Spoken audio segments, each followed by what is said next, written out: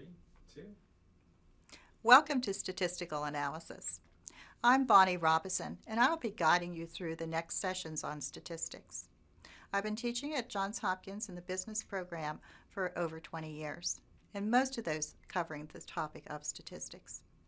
Every day we're bombarded with lots of numbers, and even the most educated people can sometimes be numerically illiterate.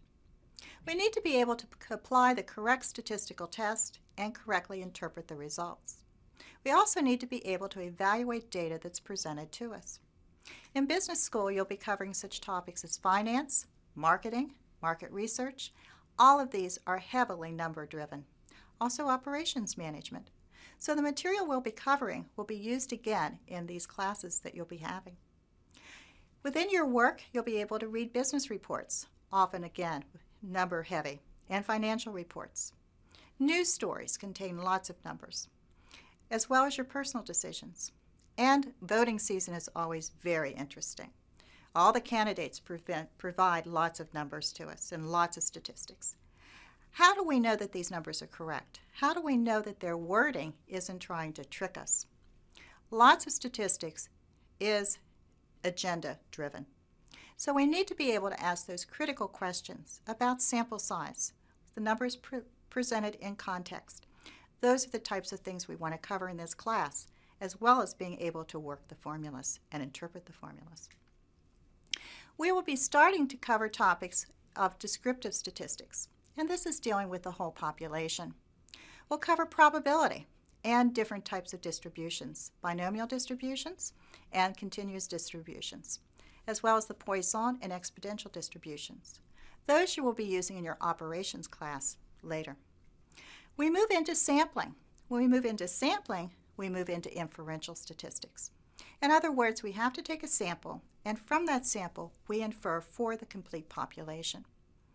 Topics that we'll cover under that will be confidence intervals, hypothesis testing, analysis of variance, simple regression, multiple regression, and total quality management. Now these are the foundation of statistics. There's many more tests, much more to the subject matter. But in the time we have allotted, you should have a foundation that you'll be able to build upon as you go through your education and your business career. Statistics is a relatively new topic. Compared to subjects such as mathematics, chemistry, and physics, they've been around for thousands and thousands of years. Statistics really got its start within the past, let's say, 200 years. And today, with computer technology and lessons learned from the past, it's moved very quickly and very rapidly to be much more sophisticated.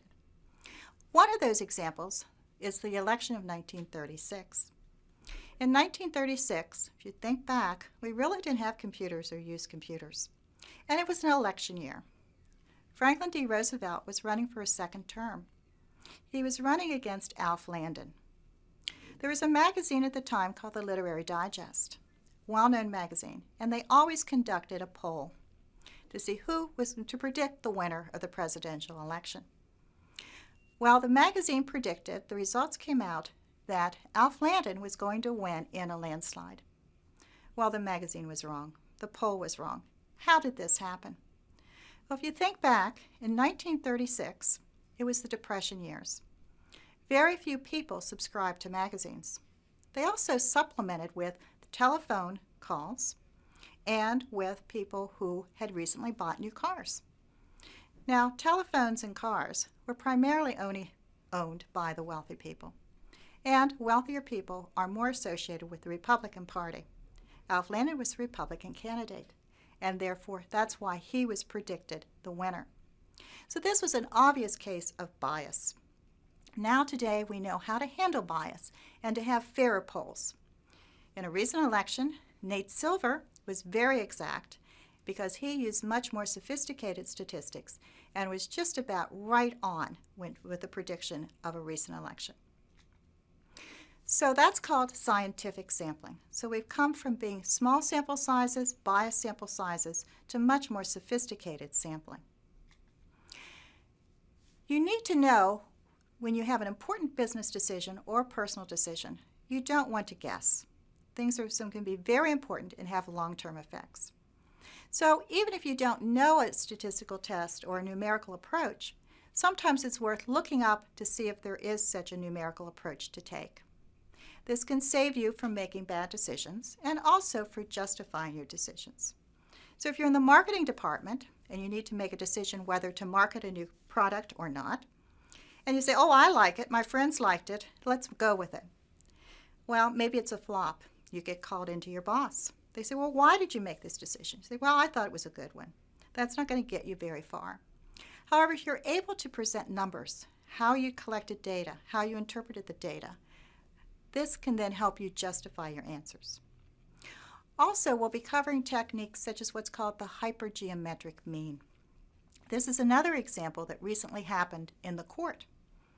There was a company that had a number of women eligible for a promotion, along with several men. So there's approximately 10 people up that qualified for promotion. Of those 10, 4 were women. Only 1 got promoted. Well, the women thought, this doesn't seem fair. I think we're being discriminated against. Let's have a court case.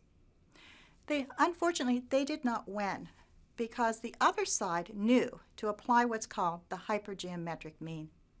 And they found out that they really did not have a case at all, that statistically they couldn't prove that women were being discriminated against. So again, you can see that if you don't know of an analytical technique, look for one and try to think more in a numerical manner.